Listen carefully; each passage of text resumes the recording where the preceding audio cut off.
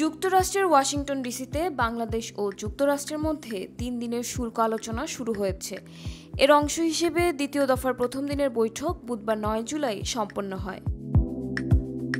প্রধান উপদেষ্টার press wing থেকে পাঠানো এক সংবাদ বিজ্ঞপ্তিতে জানানো হয়, ওয়ালটন এখন দেশের সীমানা পেরিয়ে পৌঁছে গিয়েছে ৫০টিরও বেশি দেশে। ওয়ালটন, ঘরে ঘরে, বিশ্বজুড়ে। বৈঠকটি ছিল অত্যন্ত বিস্তৃত এবং ফলপ্রসূ।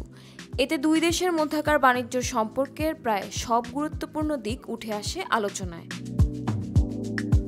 বাংলাদেশ প্রতিনিধি দলের নেতৃত্ব দেন বাণিজ্য উপদেষ্টা শেখ বশির উদ্দিন।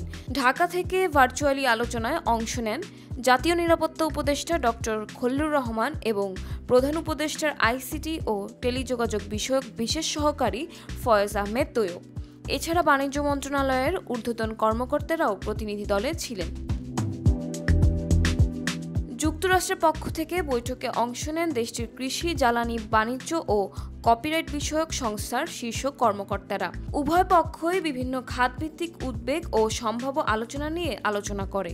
আলোচনার দ্বিতীয় দিন অনুষ্ঠিত হবে বৃহস্পতিবার বাংলাদেশ সময় রাত ৯টায় এবং তৃতীয় ও শেষ দিনের বৈঠক অনুষ্ঠিত হবে শুক্রবার।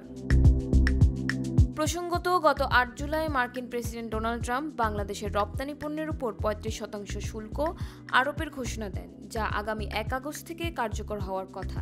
এ বিষয়ে বাংলাদেশের অন্তর্বর্তী সরকারের প্রধান উপদেষ্টা মোহাম্মদ ইউনূসের কাছে একটি ব্যাখ্যামূলক চিঠিও পাঠান ট্রাম্প।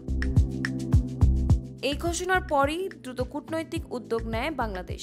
দ্বিপক্ষীয় আলোচনার মাধ্যমে উভয় দেশ একটি গ্রহণযোগ্য সমাধানে পৌঁছতে সচেষ্ট।